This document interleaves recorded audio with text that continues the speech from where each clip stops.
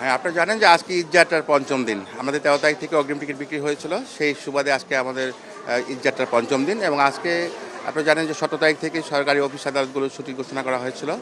সেই আজকে আমাদের এই সকাল থেকে যে ভিড় ছিল, আ চোখে পড়ার মতো যে ভিড় সেটা না। অন্যান্য ঈদের তুলনায় আজকে আমরা একটু কমই ভিড় লক্ষ্য করেছি। আর এখন পর্যন্ত আমাদের সবগুলো ট্রেনই যথাসময়ে ছেড়ে গেছে।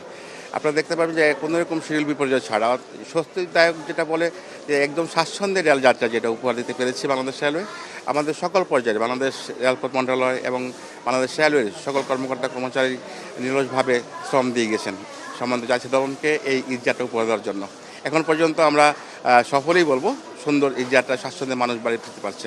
আর হ্যাঁ, আগামীকালকে হয়তো গার্মেন্টস ছুটি হলে কিছুটা চাপ বৃদ্ধি পেতে পারে, তবে আমরা আমাদের সকল পর্যায়ের কর্মকর্তা আমরা সবাই প্রস্তুত আছি ইনশাল্লাহ। আমাদের আপনারা দেখেছেন যে আমাদের নিরাপত্তা ব্যবস্থা এবং স্টেশনে বিনা টিকিটে যেন কেউ ঢুকতে না পারে, সেই ঢাকা বিমানবন্দর রেল স্টেশন, ঢাকা স্টেশন সব জায়গায় সেই ব্যবস্থা নেওয়া হয়েছে এবং ইতিমধ্যে আমরা সফল হয়েছি। আপনারা দেখতে পাচ্ছেন যে বিনা টিকিটে কেউ স্টেশনে ঢুকতে পারছে না এবং সম্মানিত জাতীয় দল যারা অনলাইনে টিকিট কেটেছেন তারা খুব স্বাচ্ছন্দ্যে ট্রেন ভ্রমণ করছেন। আপনাদের সামনে হয়তো বলেছে, সেটা আপনাদের বিচার বিশ্লেষণের ব্যাপার।